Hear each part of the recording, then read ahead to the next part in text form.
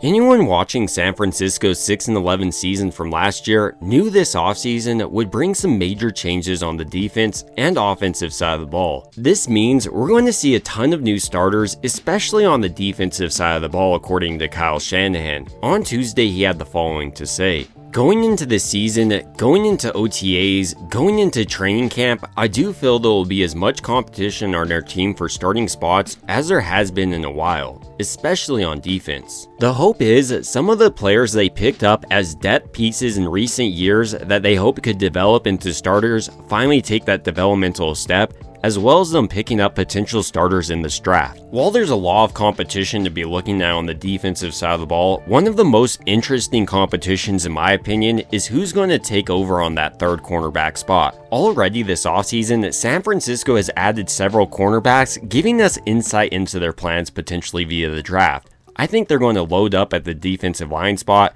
maybe pick up a linebacker, and potentially add some late round cornerbacks. That's all to say, I think the corner potentially starting alongside Deommodore, Lenor, and Renardo Green is already on this roster, and the player who I think can make that push head into year 3 is Darrell Luter Jr. out of South Alabama. The 24-year-old comes in at 6 foot, weighing right around 190 pounds, and has insanely long arms, measuring in at 32 3/8 inches. This makes him a perfect candidate for press man coverage and Robert Saleh's defense. On first and second down, Robert Saleh is often running pretty base coverages like cover 4, cover 6, but on third down, he mixes it up, often brings an exotic blitz, and leaves his cornerbacks in man coverage across the board. Luter can not only press man whoever's across him, but he can also run with the best of them across the league. He ran his 40-yard dash in 4.46 seconds, which is faster than both of San Francisco's current starters in Lenor and Green. But the positives don't end there. Heading into this season, it appeared Luter Jr. was about to have a breakout year. He had 5 passes defensed in the preseason and 1 interception. Unfortunately for Luter, during this last season, he did sustain a pelvic injury that hampered him throughout the season, and eventually because of that injury, he wound up on IR. But entering year 3, Luter Jr. could really have a breakout year. So in this video, I want to break down the player in line to start for San Francisco potentially this year, go over some of his strengths, his weaknesses, as well as how he can improve heading into this year. Initially, we're going to be looking at Luter and his press man techniques, specifically his two-handed press man technique, his one-handed press man technique, and his no-contact press technique. For a corner, probably the most important factor in determining the success of each rep is picking out the right technique to use. You're going against a bigger bodied wide receiver on the goal line, for instance. He knows he doesn't have that much field to cover, so he pulls out the riskiest technique, the two-handed jam technique. What's really risky about this technique, if the cornerback falls or gets out of position at all, the wide receiver basically has a go-ahead touchdown. But on this play, Luter executes this technique to perfection. First, he's staying square with this wide receiver as long as possible, disrupts the route with a solid punch, comes back with the other hand, and then he's just reading this quarterback's eyes.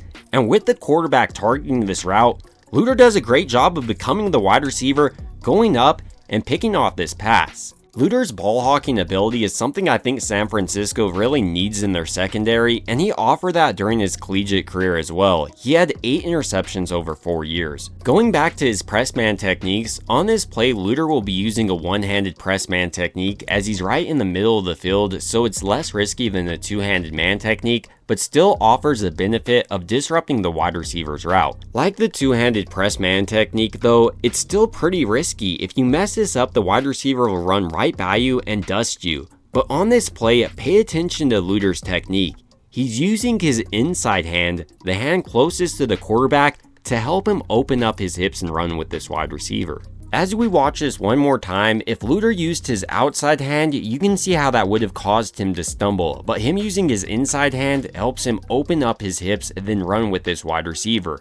And as he runs down the field, he's just reading the wide receiver's eyes, and as soon as they get big, he understands the ball is coming. So he snaps his head back to the ball to not draw the PI, and like I was mentioning, he's a true ball hawk. He's going and attacking this thing. And if this wide receiver didn't play defensive back on this play, he would have registered another interception. The final press man technique I want to highlight for Luter is his no contact press technique. While this is the least risky, it does require a cornerback with the ability to stay in the wide receiver's hip pocket. And here going against Odell Beckham Jr. running a double move, that's what really stands out. You can see how Odell Beckham Jr. fakes almost maybe like a curl, then fakes into a slant. But Luter isn't surprised in the slightest, and he's just reading Odell Beckham Jr.'s hips, and as soon as he takes off to run, so does Luter Jr., and he shuts him down this entire rep. In a similar way here against the Saints, Luter pulls out no contact press technique, identifies the ball in there, and breaks up the pass. In my opinion, Luter's ability to go out there and identify the proper press man technique to pull out, as well as execute at a high level, probably puts him above a lot of rookies San Francisco can draft. Outside of Luter's ability to go out there and execute at high level and press man coverage, I also think he's a pretty decent zone defender. Here going against the Saints, for instance, San Francisco is running cover 2, which has Luter reacting to the flat while defending deep. And as soon as he sees his quarterback targeting to this underneath wide receiver running in the flat, he triggers and breaks up this pass. In a similar way here against the Rams, Luter does a great job of showing off his play recognition in zone coverage. He's responsible for the deep third on this play, but because he's able to identify this wide receiver screen, he's able to come up and help bring down this wide receiver for a pretty minimal gain on this play. This makes the difference between possibly a first down and only a gain of a couple yards. Another thing that stands out in zone coverage is Luter's ability to break off his man and then go make a tackle on a ball carrier. Here, for instance, he disrupts this wide receiver's route since he has the flat, but with this tight end also challenging him, he has to break off this wide receiver and then go make the open field tackle, which he does. Less important to the cornerback position is the run support, but still in San Francisco's defense, it's pretty vital, and Luter shows a willingness to come up and tackle backs. Here going against the Rams, for instance, you can see how quickly he's able to identify this play, triggers on it, and gets upfield in a hurry to bring down this back for pretty minimal gain. Importantly, Luter also showed off the ability to make open field tackles. Like here against the Rams, you can see how he does a great job of breaking down an open space and then bringing down this back, which probably saved a touchdown or even a bigger gain on this play. Outside of Luter's ability on the defensive side of the ball, if he is able to remain healthy going into this season, he should contribute heavily on the special team side of the ball. When you look at his limited action last year on this unit, for instance, he was able to force a fumble San Francisco recovered. With all play, I expect him to make rookie mistakes, as we see with a lot of young players. But ultimately, headed into the season, I do believe Darrell Luter Jr. is in line to compete for that third cornerback spot, and I'd like to hear your thoughts about him as a player down below. It would also mean a ton to me if you could like and subscribe, and as always, I hope you guys have a great rest of your day.